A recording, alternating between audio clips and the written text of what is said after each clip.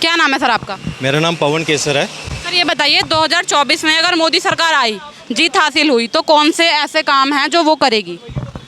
कौन से ऐसे काम हैं जो करेगी? देखिए, कहते हैं ये अंतिम वर्ष है 5 सालों का। 4 साल हो गए उनके कंप्लीट। 5 साल में बिगुल बजा दिया है। ये एक बिगुल बजाया है हिंदू राष्ट्र की ओर। ये जो संसद भवन का जो उन्होंने उद्घाटन किया है और उसमें जो सिंघोल, जो हमारा एक पुराना एक कल्चर रहा है, जिसको सिर्फ एक गोल्डन, जिसको बोलते हैं ना, वॉकिंग स्टिक नाम देकर उसको म्यूज़ियम में रख दिया था जवाहरलाल नेहरू जी ने। चोला एम्पायर से चलती हुई ये जो प्रथा थी, एक जब किसी को राजा बनाया जाता था, उसको वो दिया जाता कि तुम्हें अधिकार है न्याय देने का, तुम दंडित कर सकते हो, हर एक वर्ण को दंडित कर सकते हो। तुम्हें आज ईश्वर के बाद तुम धरती पर न्याय देने वाले, तुम उनको, इस तरह की एक प्रथा थी हमारी, उसको एक बिल्कुल ख़त्म कर दिया था। क्यों ख़त्म किया था? कोई आज ये भी तो पूछिए कि क्यों ख़त्म किया उस चीज़ को, कि वॉकिंग स्टिक नाम के उसको म्यूज़ियम में डाल दिया। भारत से हमने अंग्रेज़ों से आज़ादी ली, मगर अंग्रेजियत हमें चाहिए थी, क्योंकि काले अंग्रेज़ बिठा दिए उन्होंने, और उसका खामियाजा 65 साल भारत की जनता ने भोगा। आज 8 सालों में, 9 सालों में ऐसा क्या हो गया कि भारत का डंका पूरे विश्व में बज रहा है? आज बॉस कहा जा रहा है। ऑस्ट्रेलिया का प्रेसिडेंट कहता है कि इससे पहले जो आया था उसको इतना नहीं जितना मिला जितना मोदी को समर्थन मिल रहा है लोगों का, वहाँ ऑस्ट्रेलिया में जाकर वहाँ के लोगों का। इतनी लोकप्रियता के क्या कारण है सर? कारण ये है कि उन्होंने कर दिखाया है। भारत कहाँ डिज़र्व करते थे, कहाँ होना चाहिए था 70 सालों में, वो उन्होंने दिखा दिया 9 सालों में कि किसी चीज़ की कमी नहीं थी। कमी थी तो एक पॉलिटिकल विल की, एक कमज़ोर नेतृत्व की।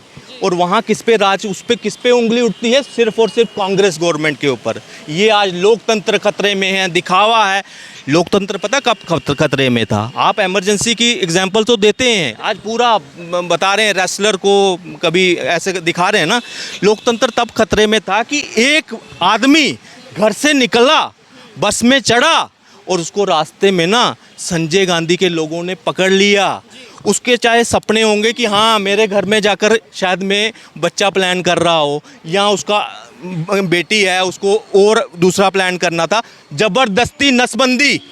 आज ये एक मोदी जी अगर बोल दें, लोकतंत्र तब खतरे में आता।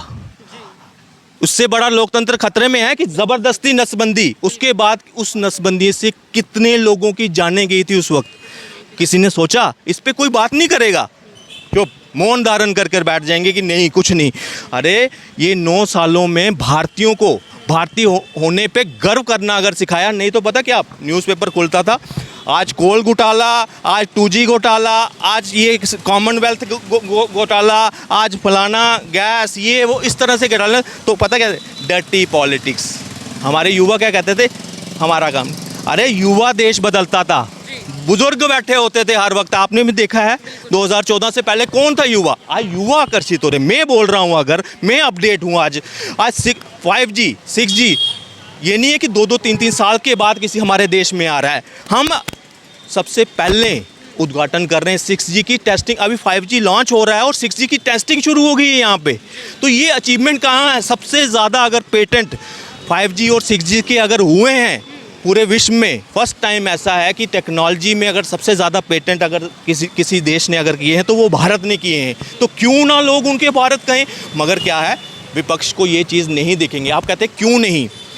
हमारे यहाँ 65 सालों में 100% इलेक्ट्रिफिकेशन नहीं थी। मेरे घर में लाइट थी, आप अच्छे से सोलर से पढ़े, मगर उस पहाड़ पे जो किश्तवाड़ में, जम्मू कश्मीर के किश्तवाड़ के पहाड़ दक्षिण में बैठा हुआ है, वहाँ के बच्चे पहले पैदल चलते थे 5-5 6-6 किलोमीटर आकर नीचे आकर स्कूल में जाकर वहाँ पढ़ते थे। स्कूल की व्यवस्था किस तरह से, घर में जाकर रात को लाइट नहीं है उनके, दिए की रोशनी में पढ़ते थे। ये क्यों? 65 साल हमारे पास बिजली क्यों नहीं पहुँच पाई? और ऐसा मोदी जी ने क्या कर दिया 9 सालों में कि घर घर बिजली पहुँच गई। हम राजस्थान की अगर देखते हैं तो पेंटिंग्स दिखती हैं, मटका उठाए औरतें जा रही हैं, 5-5 मटके ऊपर रखी हूँ, और उसको ब्यूटिफिकेशन बताते हैं कि देखिए ये कल्चर।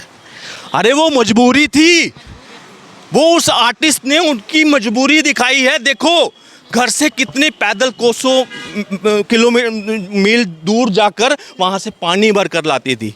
मगर आज घर घर नल पहुँचाने की अगर योजना बनाई है, ये एक चाय वाला ही, जो आम आदमी जिसने वो पीड़ा सही है ना, वही सोच सकता था। ये गांधी परिवार जो चांदी के चम्मच से खाना शुरू किया था ना, वो नहीं सोच सकता था। उनकी विजन थी ही नहीं, कुछ हुआ ही नहीं उनके लिए। आपको क्या लगता है सर, विपक्ष जो है हमारा, उसको लोकतंत्र से सच में परेशानी है कि लोकतंत्र ही नहीं बचा भारत में, या योगी मोदी से दिक्कत है? लोकतंत्र जितना मजबूत भारतीय जनता पार्टी की सरकार में हुआ है ना, इतना शायद ही कभी हुआ है। लोकतंत्र किसको कहेंगे आप, जब आप बराबरी देखते हो, बराबरी देते हो। भाजपा अंत्योदय की बात करती है कि पंक्ति में खड़ा लास्ट व्यक्ति तक हमारी योजनाएं पहुंची। क्या कभी आवास योजना में, क्या किसी किसान निधि में, क्या हिंदू मुस्लिम सिख देखकर पैसा दिया गया? नहीं दिया। महंगाई इतनी हो रही है, कांग्रेस कह रही है तेल इतना बढ़ गया, तेल के रेट इतने बढ़ गए। कांग्रेस के लिए महंगाई है, आम आदमी खुश है। वो आज अपडेट है कि मेरे पड़ोसी देशों में वहाँ टमाटर कैसे चल रहा है, वहाँ क्या भाव चल रहा है, क्या ब्रिटेन में कैसे कितनी % इन्फ्लेशन है, आज वो अपडेट है। उनको दिक्कत नहीं है। उन्होंने एक ऐसे राजा को चुना है, ऐसे प्रधानमंत्री को चुना है जो उनकी चिंता करता है। आज 80 करोड़ लोगों को, लोग हम पर हंसते थे कि ये सपेरों का देश है। सपेरों का देश आज जो है 80 करोड़ आबादी को फ्री राशन दिया उन्होंने कोविड के टाइम पे, जबकि सबसे ज़्यादा प्रेडिक्शन वो कर रहे थे कि सबसे ज़्यादा अगर तबाही होगी, चीन तो फिर भी संभाल लेगा, मगर भारत कहाँ जाएगा? 120-30 करोड़ की आबादी वाला, उसका हेल्थ स्ट्रक्चर अच्छा नहीं। मगर देखिए, कहते हैं ना आपदा में अफसर, वो अगर कोई देखे तो ये सही मायने में अगर मैं गुजराती कहूँगा कि गुजरात के मोदी जी, कि उनके मुकाबले जो है ना अफसर जो है ना कोई नहीं कर सकता। हेल्थ स्ट्रक्चर इस तरह से सुधारा, हर हॉस्पिटल के साथ ऑक्सीजन प्लांट और बेड कैपेसिटी बढ़ाई गई, उसका जो इंफ्रास्ट्रक्चर है उसको डेवलप किया गया। मेडिकल कॉलेज जो है, मैं कह रहा हूँ पिछले जो 65 सालों में बने थे ना, इन 9 सालों में उसके बराबर सीट्स जो मेडिकल डॉक्टर्स की थी वो बढ़ गई। लगभग 70% सीट्स जो हैं, जितनी उन्होंने बनाई थी 100 सालों में, 65 सालों में, ये 9 सालों में उन्होंने उसके बराबरी कर दी, 70% सीटें और बना ली उसमें। तो ये अचीवमेंट है, लोग डायरेक्ट उनको बेनिफिट है। ये कहते हैं कुछ नहीं हुआ, कुछ नहीं हुआ। अरे 1 लाख करोड़ के, मैं जम्मू कश्मीर से आता हूँ, 1 लाख करोड़ के प्रोजेक्ट जम्मू कश्मीर में चल रहे हैं। वो क्या कोई जिन्न आ रहा है वहाँ पे ऐसे कहता है 35 किलोमीटर रोड बन गया? क्या लेबर नहीं लग रही, इंजीनियर्स नहीं लग रहे, मैन पावर नहीं यूज़ हो रही, क्या मनी फ्लो नहीं हो रहा? वहाँ पे हो रहा है, लोगों को रोज़गार मिल रहा है, लोग समझ रहे हैं। मगर विपक्ष को क्या वो देखना ही नहीं चाहती। अगर वो देखेगी, उनको मान लेगी, एडमिट करेगा, तो विपक्ष का जो बच्चा है कौन, वो उसी के झूठ के आधार पे तो चल रहा है। कभी मोदी जी चौकीदार चोर है कह देते, फिर माफ़ी मांगते हैं, फिर थूक कर चाटने वाली बात होती है। सुप्रीम कोर्ट में लिखित, फिर कहते हैं मैं सावरकर नहीं हूँ। अरे तुमने कितने लोगों को माफ़ीनामा राहुल गांधी ने भेजा है, ये आपको पता नहीं है? मगर आज क्या करेंगे? दूसरी एक सबसे बड़ी बात बोलूँगा कि जॉर्ज सोरोस की कुछ दिन पहले चर्चा हुई थी यहाँ पे कि $1 बिलियन जो है वो खर्च करने वाला है। हम जो भारतीय क्या कहते हैं, बड़े इमोशनल हैं, और वो उन इमोशंस के ऊपर ही टारगेट कर रहे हैं। नुमाइंदे कौन पकड़ रहे हैं? सत्यपाल मलिक। सबसे पहला इमोशन जुड़ा है भारतीयों का इंडियन आर्मी के साथ। उन्होंने क्या किया, उसको हर्ट करने के लिए एक ऐसा प्यादा चुना, सत्यपाल मलिक, जो एक सत्ता का, मैं कहूँगा, मैं खुद जम्मू कश्मीर में, हमारे वहाँ LG रहे वो, आप मानेंगे इतने एरोगेंट, अगर देखा जाए मिलने का समय नहीं मिलता था इनसे उस वक्त। तब इनकी क्या तो चुप्पी थी।